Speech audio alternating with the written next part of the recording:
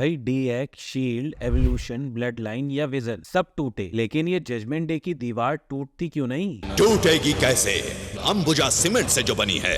दोस्तों आज तो WWE वालों ने जनता का स्कैम ही कर दिया। भर भर के आज जनता आई थी ये जानने के लिए कि कौन होने वाला है वो मास्क मैन, लेकिन आज कोई मास्क मैन रिवील ही नहीं होता। सबसे पहले शो की शुरुआत करती है इयो स्काई और रिया रिप्ली। भाई एलेक्सा ब्लिस और शार्लेट फ्लेयर भी वहाँ पे आ जाती हैं। दोनों टेक टीम्स के बीच में मैच सेट हो जाता है मेन इवेंट के लिए। वहीं दोस्तों आज लास्ट टाइम नाउ टूर्नामेंट के सेमीफाइनल्स होते हैं, जिसमें जे ऊसो का मैच होता है एले नाइट के साथ में। मुझे लगा आज भी एले नाइट तो हार के साइड हो लेंगे, लेकिन रोल अप पिन के साथ में एले नाइट वहाँ पे जीत निकाल लेते हैं। और उसके बाद जे ऊसो से ये चीज बर्दाश्त नहीं होती। वो आज बहुत फ्रस्ट्रेटेड नजर आ रहे थे। प्राइम की बोतलें फेंकते हैं, स्टील स्टेप्स उखाड़ देते हैं और गुस्से में नजर आती है। कहीं ना कहीं जे ऊसो एक हीलिश वाइब तो दे रहे हैं, लेकिन पता नहीं इनका हील टर्न होगा कि नहीं। जी कैसा लग रहा है हार के आज? अरे ये तो बता दो आपको कौन लग रहा है मास्क मैन हो सकता है? जी ब्रॉन ब्रेकर के बारे में ही बता दीजिए। देखो मुझे फर्क नहीं पड़ रहा किसी चीज से। मेरा दिमाग अभी भरा हुआ है और गलती मेरी ही है और मुझे ही सुधारनी है। रोमन ने सही कहा था, उसके पास ही टाइटल सही दिखते हैं, मेरे पास नहीं। वहीं फिर दोस्तों आज गुंथर का मैच होता है सोलो सिकोआ के साथ में, जहाँ पे टाला टोंगा कोशिश तो करते हैं लेकिन गुंथर मैच को निकाल लेते हैं। क्योंकि गुंथर भी हील है तो वो भी मौके का फायदा उठाते हैं और लो ब्लो मार देते हैं सोलो सिकोआ को। और अब एले नाइट और गुंथर के बीच में फाइनल मैच होने वाला है। मोस्ट प्रोबेबली तो गुंथर ही मैच को निकालेंगे। हो सकता है जे ऊसो एले नाइट पे अटैक करने को आ जाए इस मैच के अंदर, और फिर एले नाइट और जे ऊसो की राइवलरी शुरू हो सकती है और जे ऊसो का हील टर्न भी हो सकता है। वही दोस्तों आज डोमिनिक मिस्टीरियो आईसी टाइटल लेके आते हैं जजमेंट डे के साथ में। हाँ जी, तुम्हारा इंटरकॉन्टिनेंटल चैंपियन आ गया है तुम्हारे सामने। जॉन सीना होगा ग्रेटेस्ट ऑफ ऑल टाइम,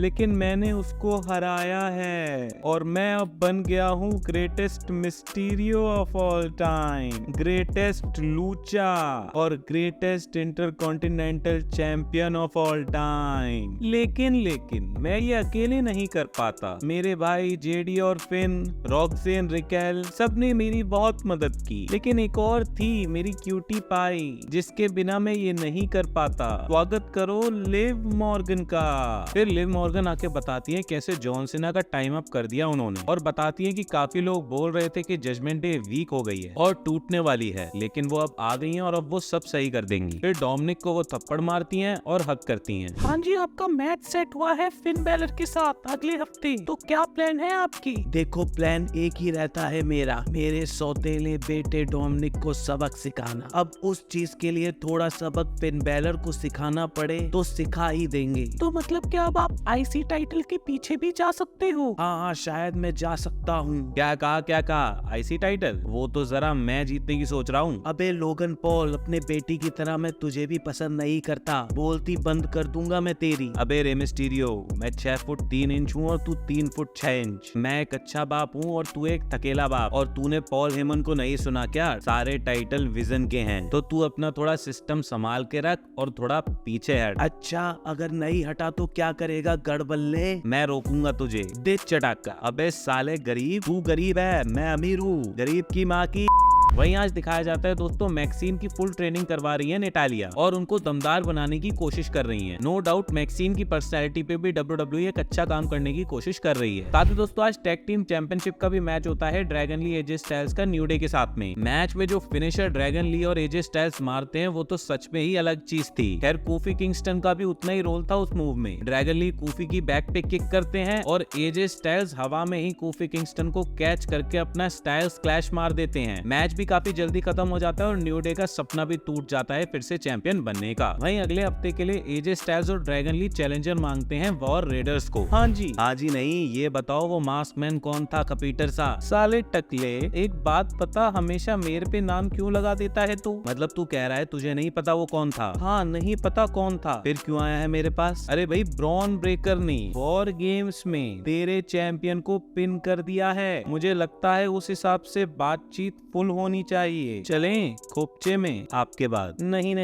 आपके बाद। अरे सर आपने बुलाया? हाँ सुन भाई देख, तेरे से मेरे को एक काम है और किसी को पता नहीं चलना चाहिए। मैंने उस पॉल हेमन से बात की है तो उसकी बातों पे तो बिल्कुल भरोसा हो ही नहीं रहा। मेडिकल स्टाफ तो ये बोल रहा है कि सेथ रॉलिंस तो किसी भी हालत में केज को नहीं चढ़ सकता था और इतना परफेक्ट स्टॉम्प नहीं मार सकता था, लेकिन इस सेथ का भी कोई भरोसा नहीं रहता है। लंगड़े की भी एक्टिंग बहुत अच्छी करी थी उसने कुछ टाइम पहले। तो बस एक काम करना, चुपचाप लॉकर रूम में तू नजर रखना कि तुझे कोई अजीब आदमी तो नहीं दिखता। बाकी देखिए दोस्तों, अगर आपको पीछे का लोगो यहाँ पे देख के कुछ लग रहा है कि कुछ वहां से निकल सकता है, तो दोस्तों मैं बता दूं, पीछे का लोगो है एरिजोना कोएट्स का, जो कि एक आइस हॉकी की टीम है जिसकी मैंने बहुत रिसर्च करी, लेकिन मेरे को कोई भी कनेक्शन नजर नहीं आया ऑस्टिन थ्योरी के साथ में। इवन सेथ के साथ में भी कोई कनेक्शन उस चीज का नहीं नजर आ रहा है। भाई दोस्तों फिर आज विजन की टीम आती है रिंग में। भाइयों और उनकी बहनों, मैं हूँ पॉल हेमन। जुकाम है तोमर साहब को तो आवाज मेरी बदल गई है, लेकिन दाद देनी पड़ेगी ब्रॉक लेसनर की।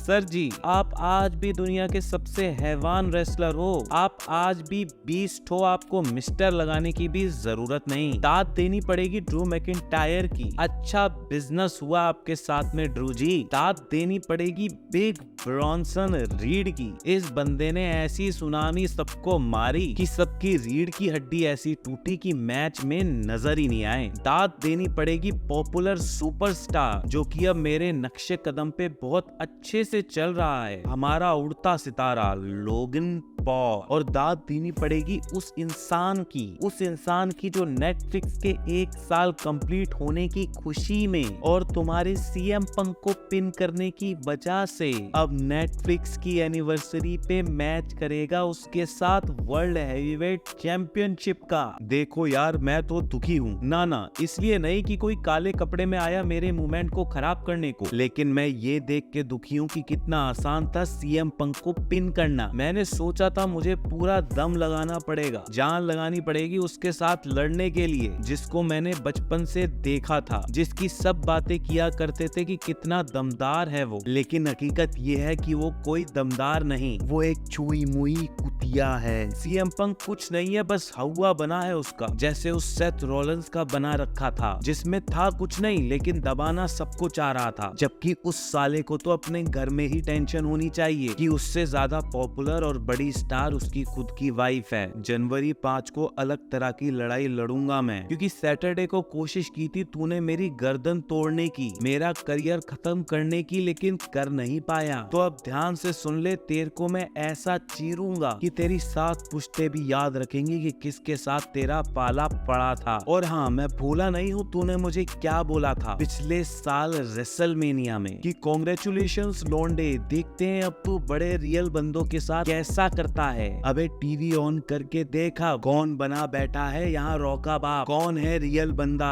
जनवरी 5 को बेटा जब तू पड़ा होगा उल्टा जमीन पे, तू देखेगा मुझे चमचमाती चैंपियनशिप के साथ और समझ जाएगा तू कि कौन है असली बेस्ट इन द वर्ल्ड। तो दोस्तों बहुत बढ़िया प्रोमो आज ब्रॉन ब्रेकर ने कट किया। लगता है पॉल हेमन का असर अब उनके ऊपर भी होने लगा है। देखो पियर्स, सब यही बोल रहे हैं कि उन्होंने कुछ अजीब नहीं देखा, बस सेथ रॉलिंस को देखा है। अच्छा चल कोई नहीं, तू और पता कर फिर मेरे को बता। वहीं फिर दोस्तों मेन इवेंट का मैच होता है रिया रिप्ली, स्काइका, एलेक्सा ब्लिस और शार्लेट फ्लेयर के साथ में, जिसके अंदर सबके सब टूट के गिर जाते हैं। और तभी मैच के अंदर कबूकी वॉरियर्स घुस जाती हैं, बेली और लायरा वेल्केरिया भी घुस जाती हैं और जजमेंट डे की टीम भी वहां पे घुस जाती है। एक टाइम वो था जब टैग टाइटल्स को वुमेन्स नहीं मिल पा रही थी और अब 4 नहीं 5 टीमें पीछे पड़ी हैं टैग टाइटल्स के। फिर वहां पे रॉक्सेन टाइटल को लिव मॉर्गन को देती है, लेकिन लिव मॉर्गन उनको टाइटल वापस देके बोलती है कि तुम डिजर्व करती हो। तो लिव ने आके भी वापस जजमेंट डे को मिला दिया है। इवन वो स्टेफनी वकार से टाइटल लेने की कोशिश भी करने वाली है। तो ये जजमेंट डे जो कि काफी अंडररेटेड फैक्शन रहा है WWE का, आप देखो इस ग्रुप की कितनी सारी खासियत है ना, इसमें कभी कोई लीडर रहा है, 3 साल से ज्यादा ये फैक्शन लगातार टीवी पे अच्छा टाइम ले रहा है। और ऐसा नहीं है कि ये सिर्फ एक मेल ओरिएंटेड फैक्शन रहा है, equal importance female story lines को भी इस फैक्शन ने दी है। सबने अलग अलग भी काम किया है, सबने साथ में मिलके भी काम किया है। इस फैक्शन को नए नए बंदे ज्वाइन कर रहे हैं और बड़े सुपरस्टार बन के निकल रहे हैं, कार्लिटो को छोड़ के। और और अभी भी ये फैक्शन 1-2 साल तक और खिंच सकता है और मॉडर्न एरा का सबसे बेस्ट फैक्शन भी बन सकता है जब ये सारे सुपरस्टार्स मेन इवेंटर्स बन जाएंगे। तो दोस्तों इस रॉ पे सबने एक्सपेक्ट किया था कि मास्क मैन का पता चलेगा, लेकिन WWE ने उसी बात से फुल टिकट भी सेल कर दी और मास्क मैन का ज्यादा कुछ बताया नहीं। अब मुझे तो लग रहा है कि मास्क मैन को रॉयल रंबल तक टीज ही किया जाएगा। बाकी एक मल्टीपल एंगल्स की भी वीडियो आई है, देख के आप बताओ कि कौन हो सकता है वो मास्क मैन। मिलता हूँ आपसे नेक्स्ट वीडियो में, तब तक के लिए सायोनारा।